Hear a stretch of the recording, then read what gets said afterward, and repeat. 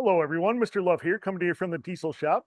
Today we're just going to do a quick little lesson on AC principles here, and we're going to hook our gauges up to our truck here. So first of all, I have my little household AC unit here that we're just going to take a look at. We can kind of see what's going on a little bit better than we can with our truck.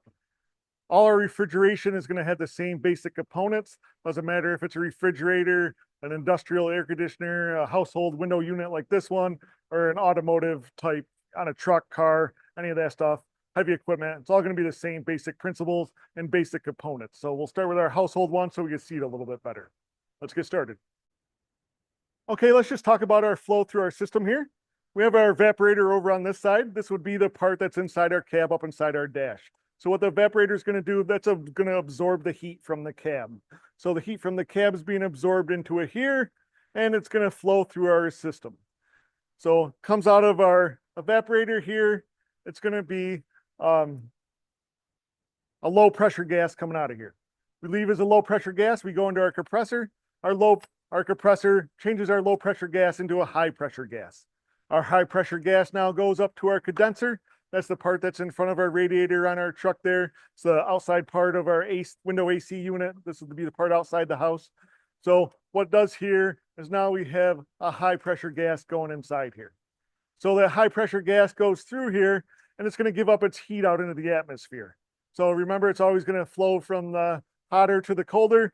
So at this point here, this is hotter than our outside air. So the heat's now going to release into our colder outside air. So it's going to be nice and toasty here. We got it running. We can check the temperature on this real quick. So it's 71 degrees in our shop. And on this side right now, we have about 91 degrees coming out of there. So nice and toasty over on this side right now. So it's giving up its heat right now on this side. So it's called a condenser because it's condensing our gas back into a liquid. So we have our high pressure gas coming in at the top here or the bottom, wherever it comes in here, but it's going to basically come in here, give up all its heat. When it releases its heat, the gas is now going to turn into a liquid. So now we have a high pressure liquid leaving our condenser on the front of our vehicle. Okay, so it's going to flow back over towards our evaporator. It could go a bunch of different ways on our vehicle. But if you just follow the pipes on here, kind of just loop back around. So we're going to go over to right before our condenser, we're going to have some sort of expansion valve. A couple different types of expansion valves. Some of them you can see, some of them you can't. This style here is all internal, you can't really see it. But what our expansion valve is doing is kind of holding back that high pressure liquid. It's only letting a little bit of it go through at a time. So on the one side of our expansion valve, it's a high pressure liquid. It only lets a little bit through at a time. So it becomes a low pressure liquid on the other side. That low pressure liquid now flows into our evaporator. So low pressure liquid going into our evaporator right now, and now it's going to absorb the heat from the cab. So all the heat from the cab is now being absorbed through our evaporator into our refrigerant.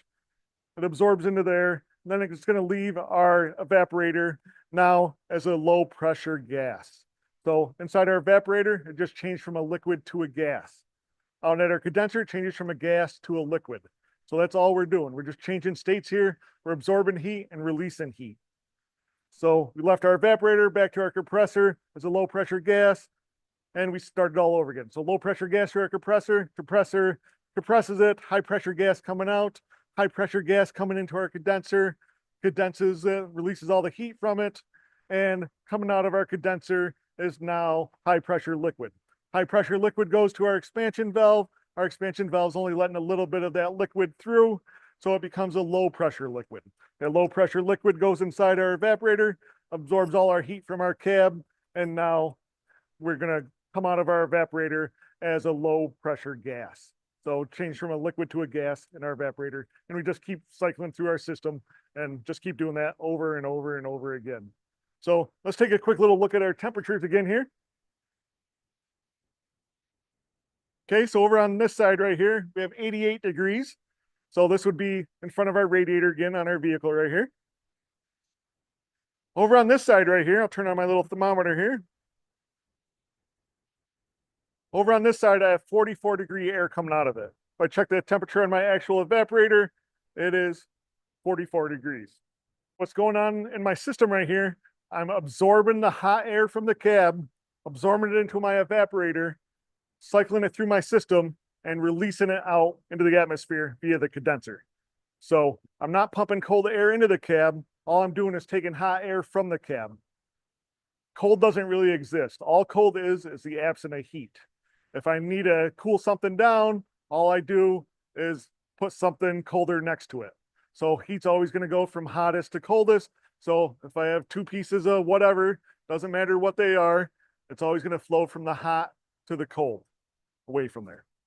Okay, so just remember our basic components: our evaporator that'd be up in the cab, blower motor, so blowing it out there. It's also up in the cab. My thermometer controls, my temperature controls, all that, normal dashboard stuff. Have a compressor, it'd be under the hood, driven off the engine. I have my engine fan there, and over on this, I'd have my condenser that's out in front of the radiator.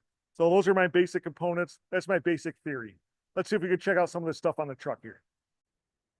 Okay, so like I said, there's not really a lot we can see on our truck right here. We can see right here, we have our AC compressor. So this is our AC compressor. It's ran via a belt right off our engine. Our AC compressor is going to have an electronic magnetic clutch on there. So it looks like it's running all the time, looks like it's spinning all the time, but it's really not engaged until our AC sensors tell us that it needs to kick in. So it'll kick in, our little magnetic clutch here will engage, and it'll let our actual compressor spin around there. So I'm spinning our AC compressor by hand right now. If that was locked up, I wouldn't be able to spin that pulley part of it.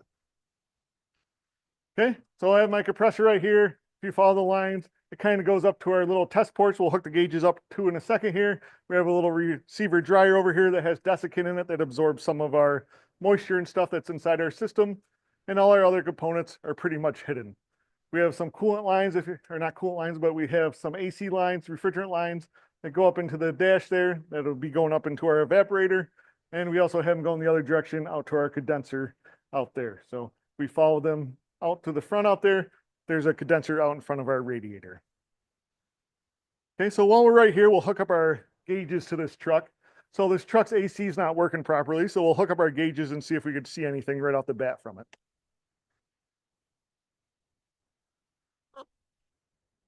Okay, so here's my basic manifold gauge set here. So I have a low pressure gauge and a high pressure gauge. So I have two sides to my AC system. I have a low pressure side, so the low pressure, right after the evaporator, and I have the high pressure side after the compressor. So what I'm going to do, I'll hook this up to the ports on my system right here. This Freightliner is nice because they put them both right next to each other. A lot of times you're going to have to hunt around the vehicle to find where they're at. They could be on totally different sides of the vehicle. They could be spread apart. They could be next to each other. You got to really hunt around for them. Also, make sure you're using the right gauges for the system that you have. This system here is a R134A. These are R134A gauges. It says right up here, R134A is used in the system right here. We don't want to cross-contaminate any of our refrigerants or anything. So always, use the proper tools for the job. Always refer to the manual if you need to. And it's best to use an actual reclaimer if you're going to be doing any recharging or servicing or anything like that. This gauge set is basically just going to tell us pressures and make sure that everything works correctly. We could hook a vacuum pump up to this and bring our boiling point of our system down. So if I hook a vacuum up on here, I could make the water that's in our system boil at basically room temperature. So I could lower it down, so the water boils at 70 degrees instead of 212 degrees. But we're not going to be doing that today. We're just hooking this up to get our high pressure and low pressure readings. So we just take these off right here.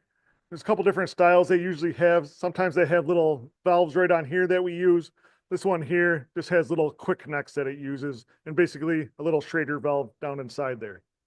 Okay, so we always hook our gauges someplace good where they're not going to get broken or anything. Usually there's some nice drainage holes and stuff that you could just clip them to the mirror, whatever you could find around. Okay, we want to make sure they're nice and clean down inside there. We don't want to get any contaminants into our system. I'll start with the high pressure side because it's right here first. So we usually have nice caps on there. If there's not a cap on there, make sure it's nice and clean down inside there and then put a cap on it when you're done. So we'll screw our cap off there. And luckily they're two different sizes. So our high pressure side, our red side here, is bigger than our low pressure side. So it has a bigger fitting on there. So we can only put it on one way. It makes it nice and easy for us. So again, quick connect, just like our air couplings or power washer, pressure washer couplings, all that stuff. So it just goes on there and just clip it on there. Make sure it's not leaking or anything. Make sure everything's good when you first clip it on there. Okay. Next, we'll do the low pressure side here. Okay, we'll take the low pressure side, same idea. We'll take the little fitting off, little cap off. We'll clamp that down on side there. Okay, we now have our system readings here. So we should get a reading right off the bat of our low pressure side. That'll show us that we at least have refrigerant in there and that it's pressurized. So we'll fire up our truck right now. Usually let it run for 5 to 10 minutes, have our AC blasting, and then we can see what our high pressure side goes up to.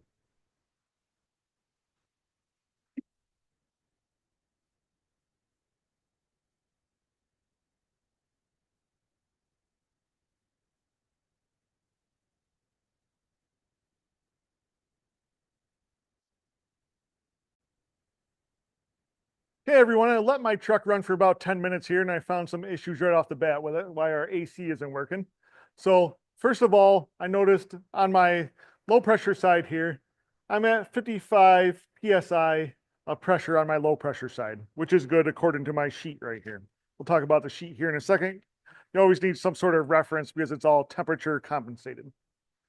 My high pressure side though, on the other hand, is supposed to be at 160 PSI, but is also only at 55 PSI.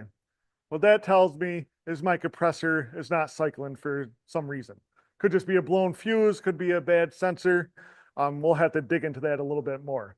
But I know I at least have refrigerant in my system. I at least know that I'm fully charged because my low pressure is right where it should be on here. So if you look at our little chart right here, you can see how everything's compensated by our actual ambient temperature, our outside temperature. So you can see our pressures go up, the hotter it is, our ambient temperature is. So it's 70 degrees in the shop here right now. So my low pressure side should be between 35 and 40 PSI. It's a smidge higher than that. And then my high pressure side should be between 145 and 160. And again, it's right at 55 PSI. You can see I get all the way up to 110 PSI or 110 degrees Fahrenheit outside.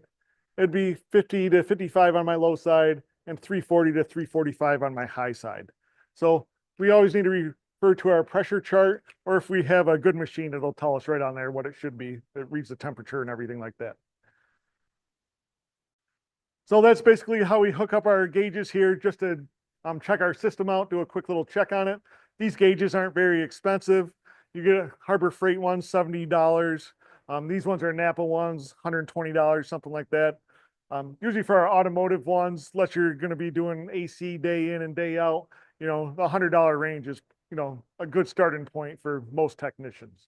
So obviously the proper tools for the job, we're waiting on ours to come in still. There's a nice reclaimer set up here where the gauges and everything are built in, has the vacuum pump and everything built into it, has a scale and everything for our refrigerant, and allows us to suck the refrigerant out of it, store it, then pump it back into our system along with the compressor oil and stuff like that.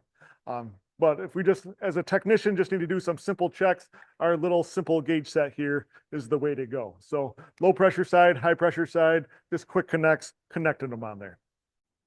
Okay, everyone, so I hope you got something out of that there. So remember, the AC in our simplest form, we're just absorbing the hot air from the cab and we're releasing it out into the atmosphere in front of our vehicle or outside our window. Doesn't matter if it's a refrigerator in our household, a window AC unit, our trucks, our cars, our heavy equipment. It's all the same idea. Just taking the heat from one place and releasing it out to another place. We're not pumping cold air in, we're taking hot air out. Okay, so that's all there is to it. So give her diesel. Stay safe out there.